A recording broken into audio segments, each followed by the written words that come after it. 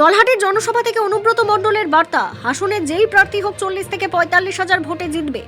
নির্বাচনের নির্ঘণ্ট এখনো ঘোষণা হয়নি, তার আগে প্রস্তুতিতে গতি বাড়ালো তৃণমূল কংগ্রেস। রবিবার বীরভূমের নলহাটির হরিপ্রসাদ হাই স্কুলের ফুটবল মাঠে দলের নির্বাচনী জনসভা অনুষ্ঠিত হয়। প্রধান বক্তা হিসেবে উপস্থিত ছিলেন বীরভূম জেলা তৃণমূল কংগ্রেসের কোর কমিটির আহ্বায়ক অনুব্রত মণ্ডল।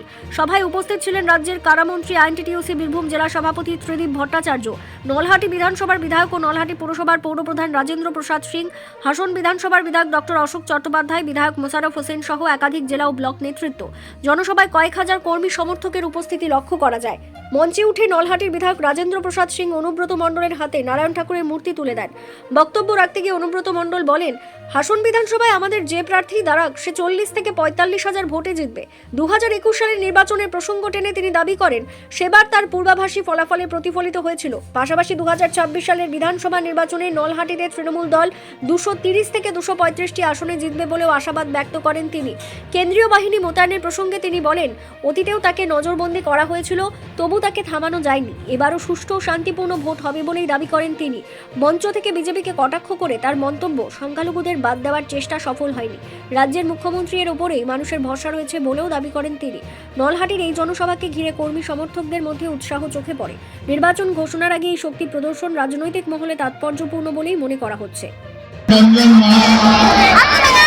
যেসব আমার সংখ্যালঘু মা বোনেরা এসছেন তাদের আমি সালাম জানাই। এই রমজান মাসে যে মা বোনেরা ঘর থেকে বেরিয়ে এসছেন তাদের সালাম জানানোর কারণ একটা, যে এই রমজান মাসে মেয়েরা ঘর থেকে বেরোয় না। তা আমার মনের এতটাই জোর ছিল যে নলহাটি মোড়ারে মায়েরা বেরিয়ে আসে কিনা দেখবো। তার জন্য পিন্টু বলার পরও, রাজু সিং বলার পরও আমি নলহাটিতে রুটি বেরিয়েছিলাম। এই এসআরের কথা মন্ত্রী বলে গেলেন চন্দ্রনাথ সিনহা, এই এসআরের কথা আমার চেয়ারম্যান বলে গেছে। আছেন অশোক চ্যাটার্জি, আছে এমএলএ মোরারই, আছেন এখানকার এমএলএ রাজু সিং, আছে এখানকার ব্লক প্রেসিডেন্ট অশোক ঘোষ, আছে এখানকার টাউন প্রেসিডেন্ট পেন্টু সিং। কয়েকটা কথা বলবো। এই এসআরে ভেবেছিল মুসলিমকে ধূলিসাৎ করে দেবো, মুসলিমকে তাড়িয়ে দেবো পশ্চিম বাংলা থেকে। পারলেন না, কষ্ট হচ্ছে, পারলেন না, পারলেন না তো তাড়াতে। বিজেপি তাড়াতে পারবে না, চ্যালেঞ্জ করছি। আছে মমতা ব্যানার্জি। কেন জানেন? মমতা ব্যানার্জি এই পশ্চিম বাংলাকে ভালোবাসে, মমতা ব্যানার্জি এই পশ্চিম বাংলার মানুষ। তাই এখানকার মুসলিম সমাজ তারাও কিন্তু এই পশ্চিম বাংলার মানুষ, তাকে বাদ দেওয়া যায় না। তোমরা এসআর করেছে মমতা ব্যানার্জিকে হারাবো, পারলে না। মমতা ব্যানার্জি কি বলল? যুবশ্রী দিয়ে দিল বেকার ছেলে মেয়েদের জন্য প্রত্যেক মাসে 1,500 টাকা।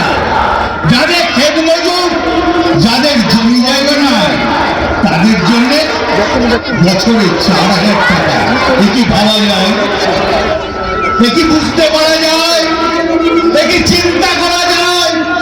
সাধারণ মানুষ, খেটে খাওয়া মানুষ, দিন মজুর, কৃষক, বেকার ছেলে মেয়েরা সবারই করে চিন্তা করে মমতা ব্যানার্জি। তাই বলবো, আপনাদের কাছে আমি বলতে এসছি একটা কথা। একটা জিনিস জানবেন, আজকের রমজান মাসে যখন এখানে মিটিং দিয়েছি, এখানকার যিনি ক্যান্ডিডেট হবে ইনশাআল্লাহ, সামনে রয়েছে মাজার, তারপর আছে নলেটেশ্বরী। এই দুজনাকে সাক্ষী রেখে বলে গেলাম 50 থেকে 55,000 ভোটে এই বিধানসভা লিড হবে ইনশাআল্লাহ। এবং এই নলহাটি মায়ের দিক কসম করে বললাম, কেন ভোট দেবেন না? মমতা ব্যানার্জি তো আপনাদেরকে যা করার তা করছে। মমতা ব্যানার্জি তো পশ্চিমবাংলাকে ঠকায় নাই, আর পশ্চিমবাংলাকে ঠকিয়েছে কেন্দ্র। পর পর ঠকিয়ে গেল, সাধারণ মানুষকে ঠকিয়ে গেল, 100 দিনের কাজকে ঠকিয়ে দিল, করার টাকা বন্ধ করলো, খাদ্যসাথী সেটাও বন্ধ করলো, কি করে না। আর মমতা ব্যানার্জি কিন্তু কোনোটাই বন্ধ করে না। মমতা ব্যানার্জি যে গরিবের সরকার, মমতা ব্যানার্জি যে পশ্চিমবাংলার মেয়ে, মমতা ব্যানার্জি যে এই মাটিতে জন্ম, মমতা ব্যানার্জি এই মাটিতেই মরবে, আমরাও তো এই মাটিতে জন্ম। আমার একটা মুসলিম ভাই, সেও তো এই মাটিতে জন্ম। আচ্ছা, আমার সঙ্গে কি কোনো মুসলিম ভাইয়ের রক্ত কি আলাদা? এই জামাল মাস্টারের রক্ত আর আমার রক্ত কি আলাদা? একই তো রক্ত। তাহলে কেন পশ্চিমবাংলায় দুই দুই করা হয়? কেন এই জিনিসটা করা হয় আমরা বুঝতে পারি না। হে আল্লাহ, এদের বুদ্ধি দাও, হে ঈশ্বর এদের বুদ্ধি দাও। এরা অমানুষ, এরা মানুষ নয়। এরা মানুষ হলে এইভাবে নির্যাতন করতো না। লজ্জা লাগছে, হিংসা লাগছে। মমতা ব্যানার্জির সময় কাজ করতে পারছো না। কোন রাজ্যে তোমার কি আছে? তুমি একটা দেখিয়ে দাও তো, ৯৭খানা প্রকল্প কোন রাজ্যে আছে?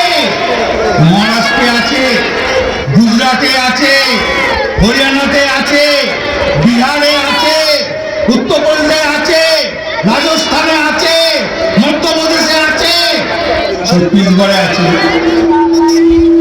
কোথায় আছে? ঝাড়খণ্ডের পাশে আছে, হয়তো না। সাধারণ মানুষের কথা তোমরা চিন্তা করো, একটাই চিন্তা করে, তার নাম মমতা ব্যানার্জি। আমরা ছাত্রীদের ভোট মমতা ব্যানার্জির ভোট। আমি মা বোনদের কাছে বলছি, আপনাদেরকে প্রচন্ড ভালোবাসেন মমতা ব্যানার্জি, আর আপনারাও প্রচন্ড মমতা ব্যানার্জিকে ভালোবাসেন। তাই আপনাদের কাছে অনুরোধ করবো, দয়া করে বলবো, মা মাটি মানুষের মুখ্যমন্ত্রী মমতা ব্যানার্জি আবার মা মাটি মানুষের মুখ্যমন্ত্রী মমতা ব্যানার্জি আবার এই চিন্তা করবেন না, ভয় পাবেন না। আসল মেয়েকে কি করবেন? কি করবেন? ভয় দেখাবেন? মুসলিম বাড়িতে গিয়ে গিয়ে বলবেন ভোট দিতে যেও না, টিএমসিকে ভোট দিও না। পারবে আটকাতে? এখানে যে ক্যান্ডিডেটটা দাঁড়িয়ে ছিল, এসআইআর আপনাদের সঙ্গে যোগাযোগ করেছিল, আমাদের পাশে দাঁড়িয়েছিল, সিপিএম দাঁড়িয়েছিল, বিজেপি দাঁড়িয়েছিল, কংগ্রেস দাঁড়িয়েছিল, কেউ তো নাই। আমাদের সঙ্গে আছে তৃণমূল, তৃণমূলের সৈনিক আমরা। আমি নেতা নই, আমি এমএলএ নই, আমি এমপি নই, আমি আপনার মতন একটা কর্মী, আমি আপনার মতন একটা কর্মী। আমি কর্মী হয়ে থাকতে চাই, আমি নেতা হতে চাই না, আমি সাধারণ মানুষ হতে চাই। তাই আমাদের রঞ্জন মাসে আমাদের, আমি জানি মা বোনদের ঘরে অনেক কাজ আছে, কিছু খাবার তৈরি করতে হয়, আমি দেরি করব না। অনেকক্ষণ বলার ইচ্ছা ছিল, এটা আমি টেস্ট করে দেখলাম, নলাটি ব্লক লোক করতে পারে। রঞ্জন মাসও মুসলিম মা বোনেরা আমাদের ভালোবাসে, মমতা ব্যানার্জিকে ভালোবাসে। তাই আপনাদেরকে অনুরোধ করবো, এবারে ভোট মমতা ব্যানার্জির ভোট। একচেটিয়া ভোট পাবে তো? জোরে বলুন। জয় হিন্দ। বীরভূম থেকে প্রসেনজিৎ সরকারের রিপোর্ট, বিগ নিউজ বাংলা।